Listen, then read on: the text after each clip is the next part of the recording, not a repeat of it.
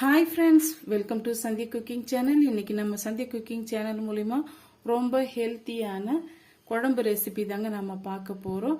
அது என்னன்னு சொல்லிட்டு பார்த்தீங்களன்னா, நான் இது கொள்ளு எடுத்து வச்சுருக்கேங்க.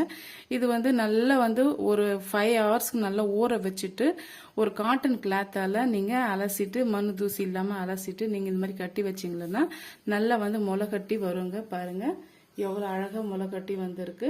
இந்த மாதிரி நம்ம சாப்பிடும் போது ரொம்பவே நம்மளுக்கு ஹெல்த்தியான குழம்பு கிடைக்குங்க. எப்படி செய்யுதுன்ட்டு நம்ம பார்க்கலாம். இப்போ நான் ஒரு கைப்பிடி அளவுக்கு நான் எடுத்து ஊற வச்சிருந்தேன். இப்போ முளை கட்டின பிறகு இவ்வளோ இருக்குங்க. இப்போ இது நம்ம நல்லா அலசிட்டு எப்படி செய்யுதுன்ட்டு நம்ம பார்க்கலாம். அதுக்கு முன்னாடி நம்ம சந்தியா குக்கிங் சேனலை சப்ஸ்கிரைப் பண்ணாத நண்பர்களாக இருந்தீங்கன்னா சப்ஸ்கிரைப் பண்ணிக்கிங்க. ப்ளீஸ் பெல்லைக்கான கிளிக் பண்ணி விடுங்க. அப்போ தான் நான் போகிற வீடியோ நோட்டிஃபிகேஷனாக கிடைக்கும். வாங்க இப்போ வீடியோக்குள்ளே போகலாம். அதுக்கு பார்த்தீங்களன்னா ஒரு பெரிய சைஸு வெங்காயம், கொஞ்சமாக இஞ்சி பீஸ் எடுத்து வச்சுருக்கேங்க. அரை கைப்பிடி வளக்கு வெள்ளை பூண்டு தோல் உரிச்சிட்டு எடுத்து வச்சுருக்கேன். ஒரு பட்டையை உடச்சி வச்சுருக்கேன். 3 கிராம்பு, ஒரு அரை கைப்பிடி அளவுக்கு தேங்காய் கட் பண்ணி வச்சுருக்கேங்க. இப்போ இது கூடவே பார்த்தீங்கன்னா ஒரு 4-5 தக்காளி பழம் எடுத்து வச்சுருக்கேன். இது எல்லாம் சேர்த்து நம்ம மைய பேஸ்ட்டை அரைச்சி எடுத்துகிட்டு வந்துடலாம். இப்போ பாருங்க, ஓரளவுக்கு பாதி பாதியாக நான் அரைச்சி எடுத்துட்டு வந்திருக்கேன். இப்போ இது கூடவே பார்த்தீங்கன்னா ஒரு அரை கைப்பிடி அளவுக்கு நம்ம ஊற வச்சு எடுத்து வச்சிருக்கேன் முளை கட்டின பயிரை இதோட நம்ம சேர்த்துக்கலாங்க. இந்த மாதிரி சேர்க்கும் போது ஒரு திக்கான கன்சிஸ்டன்சிக்கு குழம்பு நமக்கு கிடைக்கும். டேஸ்ட் வாசமா நல்லா இருக்கும். அதனால தான் நம்ம இதை சேர்த்துக்கிட்டோம்.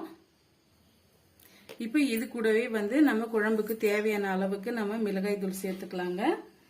நான் ஒரு 1/2 டீஸ்பூன் அளவுக்கு மிளகாய் தூள் நான் சேர்த்துக்கிறேன். உங்க காரத்துக்கு ஏற்ப கூட்டவோ குறைக்கவோ செய்துக்குங்க. இப்போ இது எல்லாம் சேர்த்து நல்லா ஃபைன் பேஸ்டா அரைச்சி எடுத்துட்டு வந்துடலாம். இதுக்கு தேவையான காய்கறி என்னன்னு நம்ம பார்க்கலாங்க. உருளைக்கிழங்கு நான் ஒரு பெரிய சைஸ் உருளைக்கிழங்க இந்த மாதிரி இந்த சைஸுக்கு அரிஞ்சு எடுத்து வச்சிருக்கேன். உங்களுக்கு எந்த சைஸுக்கு வேணுமோ அந்த சைஸுக்கு நீங்க கட் பண்ணி எடுத்து வச்சுக்கோங்க. பாருங்க, வாழைக்காய் பீஸும் சேம் அதே சைஸ் கட் பண்ணி வச்சிருக்கேன். கத்திரிக்காய் பீஸும் நல்ல பெரிய பெரிய சைஸுக்காகவே நான் கட் பண்ணி எடுத்து வச்சிருக்கேன். ஏன்னா நம்ம கொள்ளு வேக வைக்கும் போது அதிக நேரம் பிடிக்கும். இந்த மாதிரி செய்யும் போது நல்லா ஒரு ஈக்குவலா நல்லா வெந்து வரும். அதனால தான் கொஞ்சம் பெரிய சைஸை நம்ம கட் பண்ணி வச்சிருக்கோம். எப்படி தாளிக்கிறதுன்னு இப்ப பார்க்கலாம். இப்ப குக்கர் ஒன்று வச்சுக்கிட்டோம். குக்கர் நல்லா சூடான பிறகு நம்ம ஆயில் சேர்த்துக்கலாம். தாளிக்கிறதுக்கான எண்ணெய் சேர்த்தாச்சு. பாருங்க, எண்ணெய் நல்லா காஞ்சி வந்துடுச்சு. இப்போ நம்ம ஒரு அரை டீஸ்பூன் அளவுக்கு கடுகு சேர்த்துக்கலாம். கடுகு நல்லா பொரிஞ்சு வரட்டும். பாருங்க, கடுகு நல்லா பொரிஞ்சு வருது. இந்த ஸ்டேஜ்ல கருவேப்பிலை சேர்த்துக்கலாம்.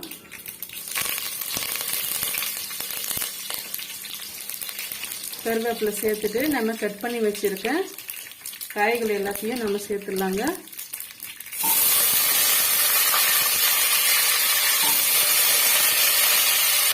காய்கள் எல்லாத்தையும் நம்ம சேர்த்தாச்சு. இப்போ மிக்ஸ் பண்ணி விட்டுக்கலாம்.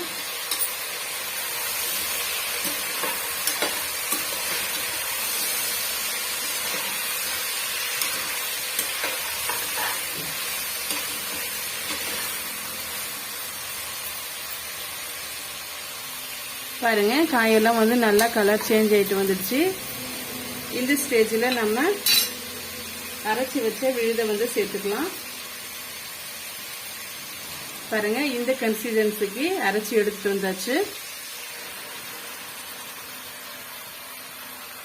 சேர்த்தாச்சு. இப்போ இது கூடவே நம்ம தண்ணி அலசிட்டு சேர்த்துக்கலாங்க.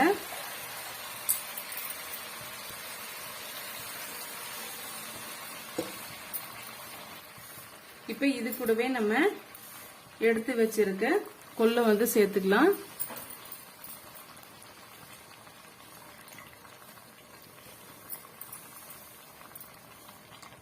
சேர்த்தாச்சு. இப்போ இதுக்கு தேவையான அளவுக்கு நம்ம தண்ணி சேர்த்துக்கலாம்.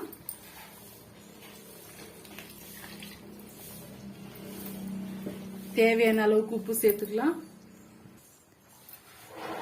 நான் கல் உப்பு தாங்க சேர்த்துக்கிறேன்.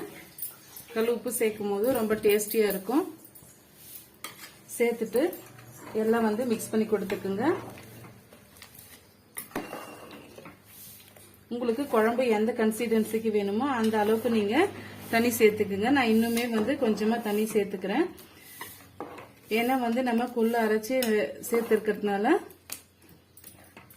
அது திக்கான கன்சிஸ்டன்சிக்கு வரும். அதனால கொஞ்சம் நம்ம எக்ஸ்ட்ராவா நம்ம தண்ணி சேர்த்துக்கலாம்.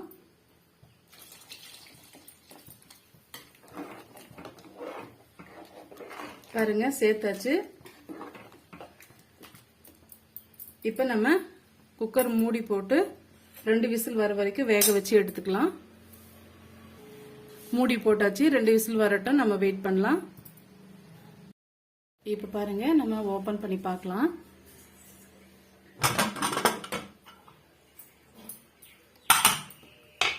சூப்பராகவே நல்லாவே வந்திருக்கு நம்ம சேர்த்திருக்க காய்கள் எல்லாம்.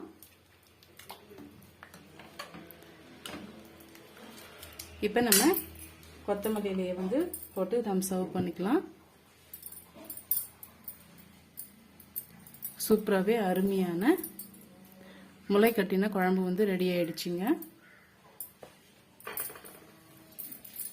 இதை பார்த்தீங்கன்னா சாதத்துக்கு ரொம்பவே அருமையாக இருக்கும். கேழ்வரகு களிக்கும் ரொம்பவே டேஸ்டியாக இருக்கும். ரொம்ப ஹெல்த்தியான குழம்பு ரெசிபி தாங்க நம்ம சேனல் மூலிமா நம்ம பார்த்துருக்கோம்.